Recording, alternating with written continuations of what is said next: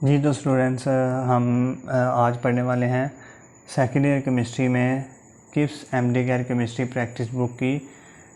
उसमें second year chemistry में fundamental concepts of organic chemistry हम शुरू करने वाले हैं। मैं सेकेंड ईयर को भी साथ साथ शुरू कर रहा हूँ। इसके साथ मैं स्टार्स के फर्स्ट ईयर की एमसीक्यूज़ की जो बुक है एमडी केयर की वो भी शुरू की हुई है। तो उसके साथ साथ मैं सेकेंड ईयर की ऑर्गेनिक किप्स से शुरू करूँगा और साथ में स्टार की भी जब टाइम मिलेगा तो वो भी करेंगे। ठीक है, तो पहला एमसीक्यूज़ देखते हैं। पहला एमसीक्यू इस वीडियो में हम 20 एमसीक्यू सोल्व करेंगे। Organic compounds are can be classified as acyclic. तो क्लासिफिकेशन ऑफ ऑर्गेनिक कंपाउंड से है, पहले आपको क्लासिफिकेशन अच्छे तरीके से समझनी है कि ऑर्गेनिक कंपाउंड्स को हम कैसे क्लासीफाई करते हैं। तो जो ऑर्गेनिक कंपाउंड्स हैं, ऑर्गेनिक कंपाउंड्स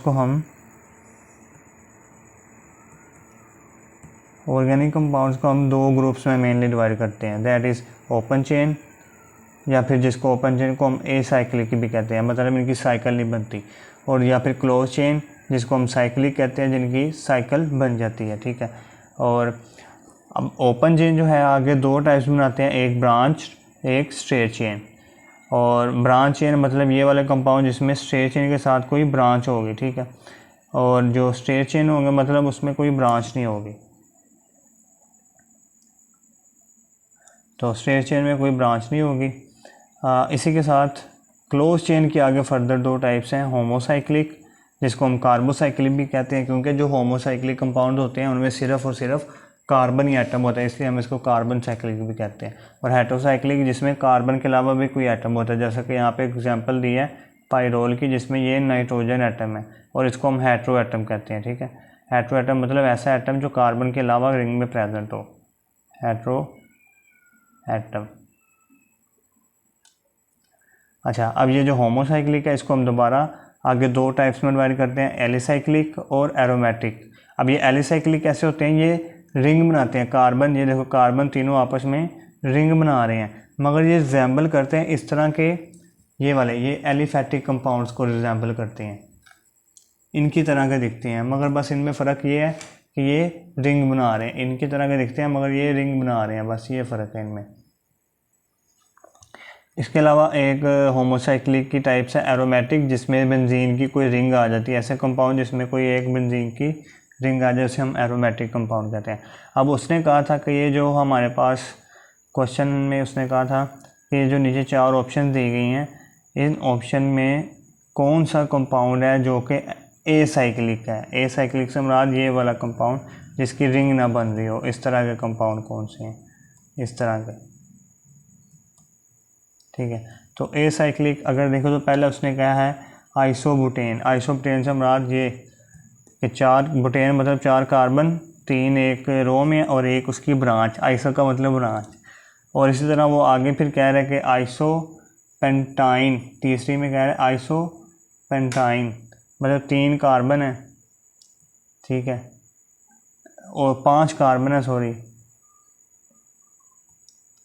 पांच कार्बन, मैं यहाँ पे पांच कार्बन बना लेता हूँ, 1 2 3 4 CH3, इसको CH2 कर लेते हैं। तो ये देखो ये पांच कार्बन हो गए हमारे पास, 1 2 3 4 और ये पांच, और एक आइसो का मतलब एक ब्रांच में है, तो एक ब्रांच में आइसोपेंटाइन, YN का मतलब ट्रिपल बॉन्ड है। ठीक है, तो ट्रिपल बॉन्ड एक मैं बना लेता हूँ, इसी के दरमियान ट्रिपल बॉन्ड बना लेता हूँ, 1 2 3 ट्रिपल बॉन्ड है। तो अब ये देखो ये भी ब्रांच में है, मतलब ये भी एक एसाइक्लिक हुआ। पहले जो हमने बनाया था आइसोब्यूटेन वो भी एक एसाइक्लिक था, उसकी रिंग नहीं बन रही थी। इसी तरह आप इसका स्ट्रक्चर बनाओगे आइसोब्यूटाइलिन, तो बुटाइलिन का मतलब आइसोब्यूटीन, दो इसमें एक डबल बॉन्ड होगा, चार कार्बन है और चार में से एक के दरमियान डबल बॉन्ड है। बुटाइलिन है तो मतलब चार कार्बन है, और आइसो का मतलब एक ब्रांच में है, तो ये भी एक एसाइक्लिक हुआ। तो all of these are acyclic. आगे है कंपाउंड्स कंटेनिंग रिंग ऑफ 3 और more atoms and resembling aliphatic compound are called alicyclic. तो मैंने बताया था कि ये वाले जो कंपाउंड है, पीछे मैंने बताया था ये वाले जो कंपाउंड है एलिसाइक्लिक, ये किससे रिजेंबल करते हैं, इन एलिफैटिक कंपाउंड से, इनको हम एलिफैटिक कहते हैं, ब्रांच चेन और स्ट्रेट चेन को। तो एलिफैटिक कंपाउंड से रिजेंबल करते हैं। तो इसका आंसर क्या होगा, एलिफेटिक ए वाला। Alicyclic compounds will not follow general formula. कौन सा जनरल फार्मूला जो एलिफेटिक कंपाउंड फॉलो नहीं करेंगे? तो ये मैंने एक एलिफेटिक कंपाउंड बनाया, एलिसाइक्लिक कंपाउंड बनाया, सॉरी एलिसाइक्लिक था, ठीक है। एलिसाइक्लिक कंपाउंड एक बनाया।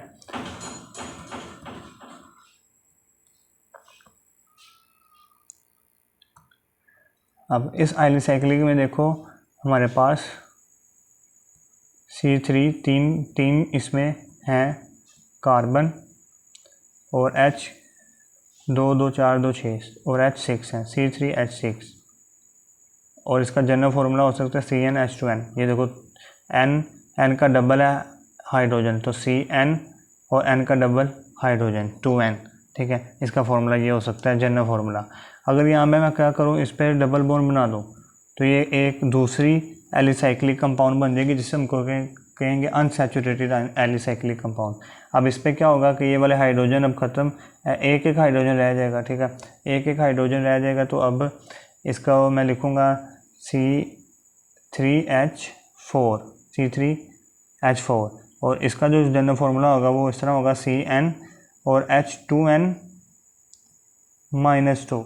2n मतलब 2 अगर मैं n की जगह पे रखूँ 3, 2 3 6 -2 तो 4, CnH2n -2, ये हो जाएगा general formula unsaturated alicyclic compound का। इसी तरह मैं अगर यहाँ पे लिखूँ साइक्लो अल्काइंस का ट्रिपल बॉन्ड, तो ये फिर हाइड्रोजन ये वाली भी ख़त्म हो जाएगी। अब इसका जो फार्मूला आएगा वो आएगा C3H2, और इसका फार्मूला हो सकता है CnH2n -4। तो तीन तरह के फार्मूले हैं एलिसाइक्लिक कंपाउंड के, CnH2n -2 एंड CnH2n -4।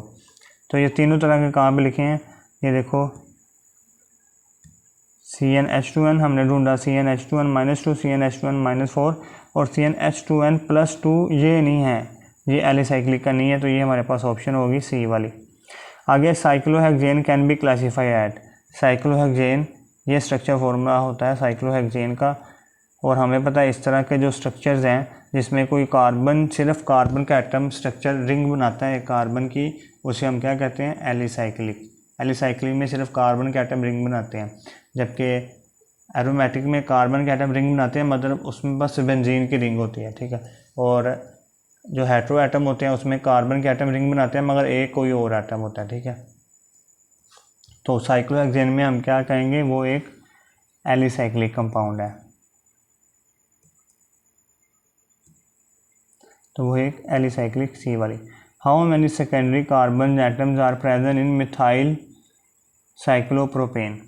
ये मैं मिथाइल साइक्लोप्रोपेन का स्ट्रक्चर बनाया, मतलब ये प्रोपेन मतलब ये तीन कार्बन को हम प्रोपेन कहते हैं, और साथ मिथाइल लगा है तो मिथाइल साइक्लोप्रोपेन इसका नाम हो गया।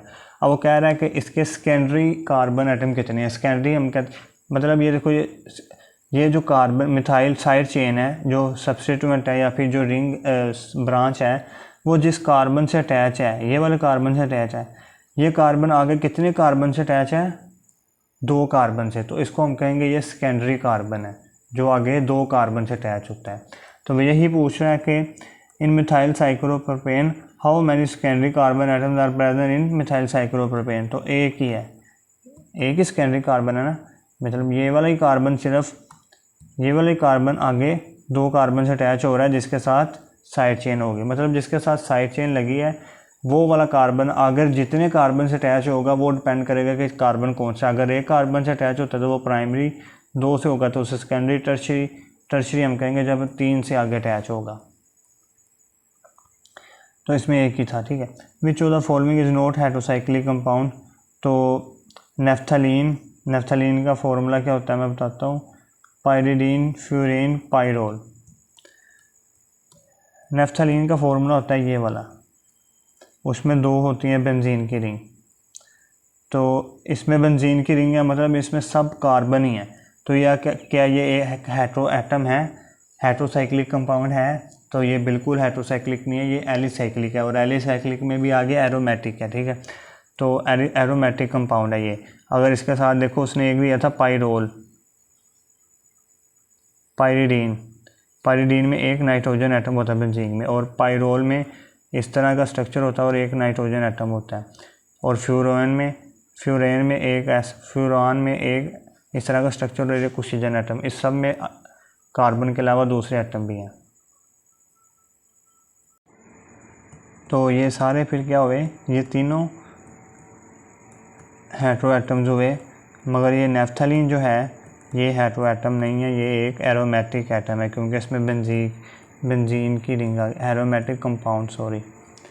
तो ये हमारे पास कौन सा नहीं है, हेटेरोएटॉमिक हेटेरोसाइक्लिक कंपाउंड, नेफ्थलीन नहीं है। The aliphatic compound are of two types. तो एलिफैटिक का भी हमने पढ़ा कि ये जो एलिफैटिक कंपाउंड जिसको हम ओपन चेन कंपाउंड भी कहते हैं, ये आगे दो टाइप के हैं, ब्रांच और स्ट्रेट चेन।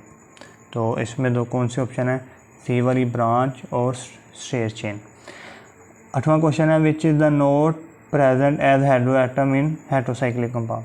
अब ये देखो, इसमें हमने देखा कि इसमें नाइट्रोजन भी है, ऑक्सीजन भी है, और इसके अलावा एक और एग्जांपल होगी थायोफिन, जिसमें सल्फ़र का एटम अटैच होगा। तो नाइट्रोजन, ऑक्सीजन, सल्फ़र तो अटैच हो सकते हैं।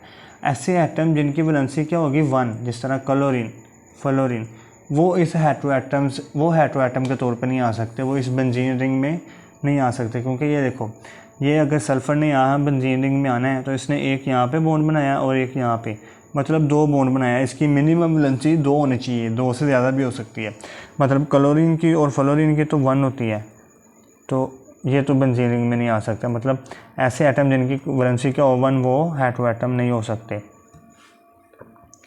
तो यहाँ पे देखो, सल्फ़र का भी हमने पढ़ा, हो सकता है थायोफिन में, फ्लोरीन में, ऑक्सीजन, नाइट्रोजन भी पढ़ा है, क्लोरीन नहीं हो सकता, तो डी वाली option. Which of the following is alicyclic in nature. कौन सा है जो एलिसाइक्लिक है। तो एलिसाइक्लिक मतलब वो किस तरह का हो, इस तरह का दिखता हो, ये वाला कार्बन की रिंग बनाता हो, मगर कार्बन की रिंग बेंजीन रिंग ना हो, ठीक है। तो पहला है साइक्लोब्यूटेन, ये हो सकता है। आइसोब्यूटेन ये तो नहीं है, ये तो एक ब्रांच चेन है और ओपन चेन है। ट्यूलिन ये एरोमेटिक है, इसमें बेंजीन की रिंग आती है, ट्यूलिन का ये फार्मूला होता है, ये एक बेंजीन की रिंग और इसके साथ CH3 ऊपर ब्रांच में लगा था, CH3। आइसोब्यूटेन का बना लोगे, साइक्लोब्यूटेन का मैं आपको बना के दिखाता हूँ। साइक्लोब्यूटेन मतलब 4 कार्बन लगे हुए हैं, 1 2 3 4, और ये साइक्लोब्यूटेन इस तरह से रिंग बना रहे हैं, ठीक है, और इसके साथ हाइड्रोजन 2 2 2। तो साइक्लोब्यूटेन ऐसे है जिसमें कार्बन एक रिंग बना रहा है, और ये एक एलिसाइक्लिक कंपाउंड है, तो ए ऑप्शन ठीक है। आ गया first synthetic organic compound is. सबसे पहले ऑर्गेनिक कंपाउंड कौन सा बनाया गया था, यूरिया वोलर ने बनाया था, ये आपको पता होना चाहिए। Pyridine is an example of. तो पायरीडीन अभी आपके सामने बनाई थी, ये वाली, इसको हम कहते हैं पायरीडीन, ठीक है। तो पायरीडीन किसकी एग्जांपल है, इसमें नाइट्रोजन एटम आ गया, ये देखो पायरीडीन, ये नाइट्रोजन एटम मतलब हेटेरो एटम आ गया, तो ये एक हेटेरोसाइक्लिक कंपाउंड की एग्जांपल है। तो हेटेरोसाइक्लिक बी वाली ऑप्शन इसमें ठीक होगी।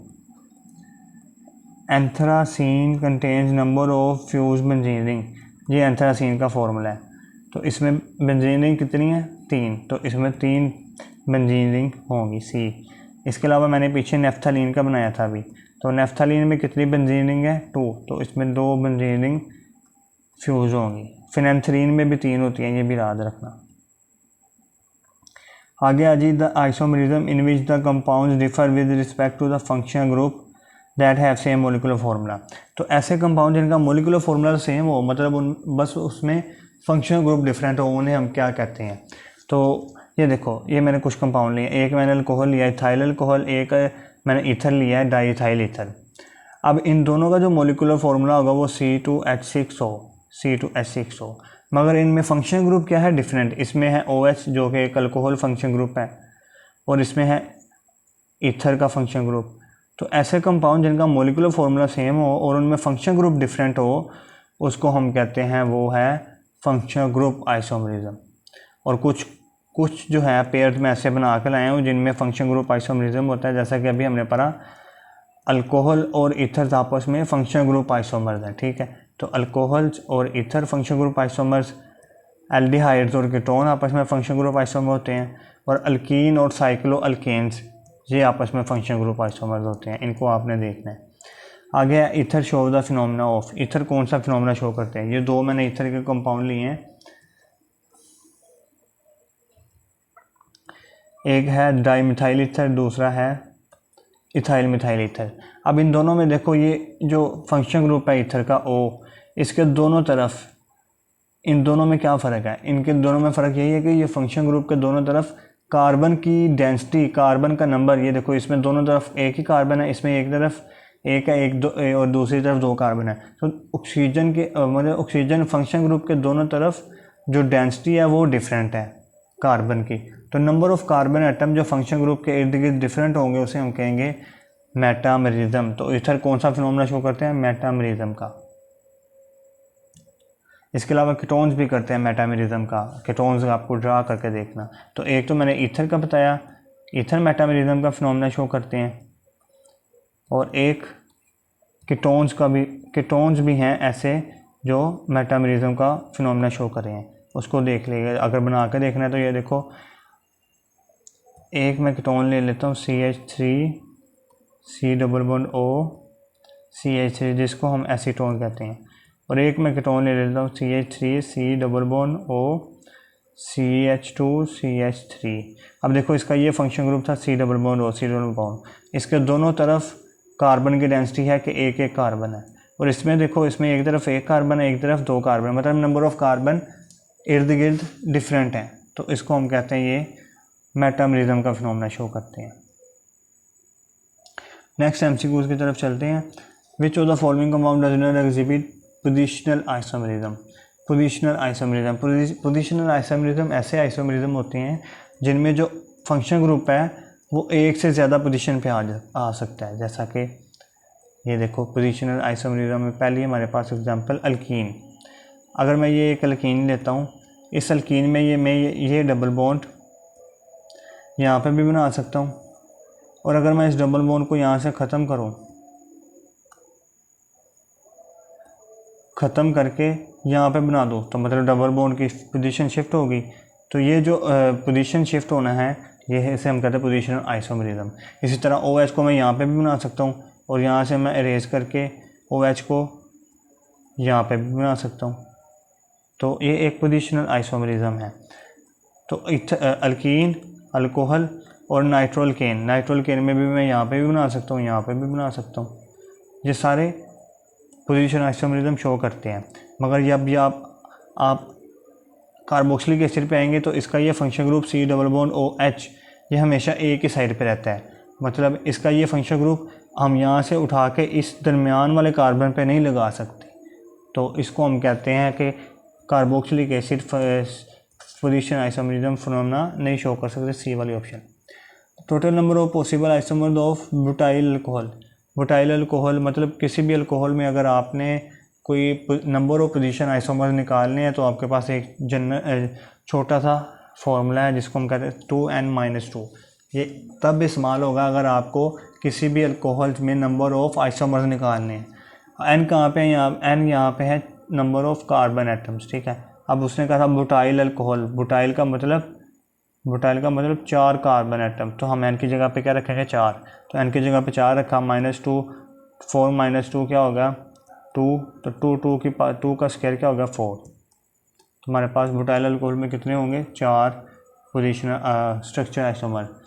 Alkanes do not show geometric isomerism due to. अब जो ज्योमेट्रिक आइसोमेरिज्म है ना, इसको शो करने के लिए दो ही बेसिक प्रॉपर्टीज़ हैं। पहली तो है कि आपके पास डबल बॉन्ड होना ज़रूरी है।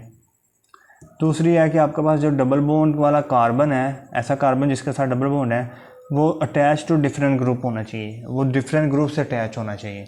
मगर जो अल्केन होते हैं उसका आपको पता ही है, अल्केन में कोई डबल बॉन्ड है ही नहीं, अल्केन में तो सिंगल बॉन्ड होता है। तो सिंगल बॉन्ड की वजह से इसमें ज्योमेट्रिक आइसोमेरिज्म नहीं है।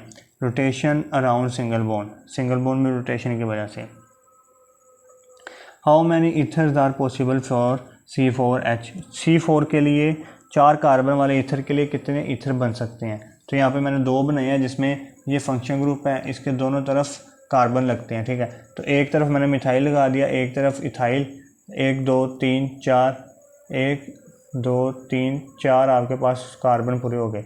और दूसरी तरफ मैंने क्या किया कि ये वाला जो ऑक्सीजन है इसके साथ मिथाइल लगा दिया, बाकी के साथ इथाइल, तो इसके साथ भी 4 पूरे हो गए। इसी तरह आप 2 और बना सकते हो, हाइड्रोजन को यूज़ करते हो, इसका 4 हमारे पास बनेंगे, ठीक है। Question number 19, which of the following types of isomerism is shown in the species.